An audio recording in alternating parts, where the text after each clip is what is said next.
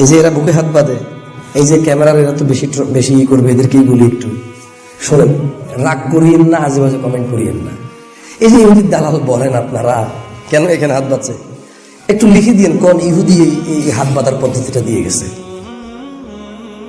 এই যে আমিন বললে যে চিল্লান, আমিন বললে যে বলেন যে ইহুদির দালাল, তো কোন ইহুদি দিয়েছে একটু বলে দিন। যদি দেখতে পারি যে বেটা ইহুদি, ইনশাল্লাহ কালকে ছেড়ে দেব। আর যদি দেখতে পান যে না বেটা ইহুদি না, তাহলে আমার কথা যে রুকু থেকে উঠে হাত তুলতেন, আপনি মেনে নিন। সত্য গ্রহণে কোনো অহংকার নাই। আপনি জানেন না এর মানে এই নয় যে জিনিস নাই। শোনেন, এই যে মসজিদ থেকে বের হও বলেন, আচ্ছা একবারে সব বাদ দিলাম, তো আপনারাই তো বলেন যে এটা হাম্বলি মাযহাবে করে, এটা শাফি মাযহাবে করে, তো ওরা যে বাইর করলেন তার মানে ইমাম শাফি, ইমাম হাম্বল, আহমেদ বিন হাম্বল আসলে কি ওনাকে বাইর করে দিতেন? বলে যে না না, কেমনে বাইর করবো, উনি ইমাম।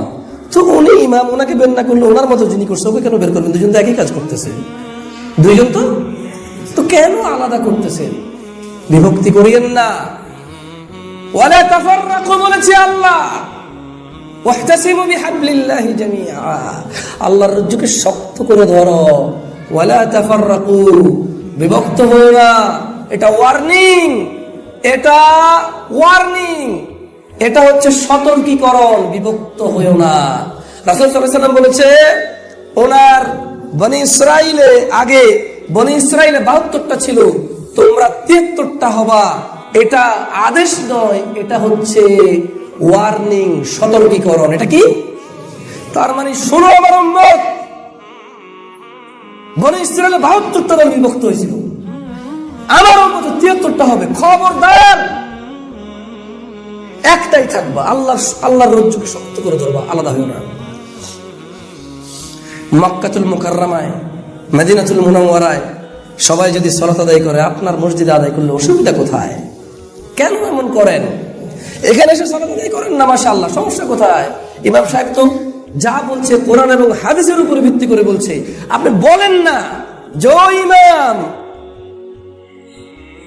তুমি যে সালাতে সালাম ফেরানোর পরে সম্মিলিত মুনাজাত দিলেন না, ঘটনা কি?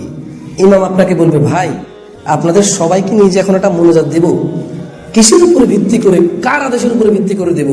যদি ওই লোকটার নাম বলতে পারেন আর আল্লাহ যদি আদেশ থাকে ওকে মানার, আমি মেনে নেব। আরে আপনি মুহাম্মদ সাল্লাল্লাহু আলাইহি ওয়াসাল্লামকে কেন নবী মনে করেন? আপনি মনে করেন যে এমনি এমনি মুহাম্মদ সাল্লাল্লাহু আলাইহি ওয়াসাল্লামকে নবী মনে করেন?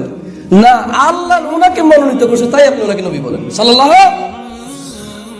আল্লাহ ওনাকে রাহমাতুল লিল আলামিন বলছে, তাই আপনি রাহমাতুল লিল আলামিন বলেন। আল্লাহ ওনাকে সুপারিশ করার অনুমতি দিবেন, তাই উনি সুপারিশ করবেন, এটাই আপনি এটা বিশ্বাস করেন। আল্লাহ ওনাকে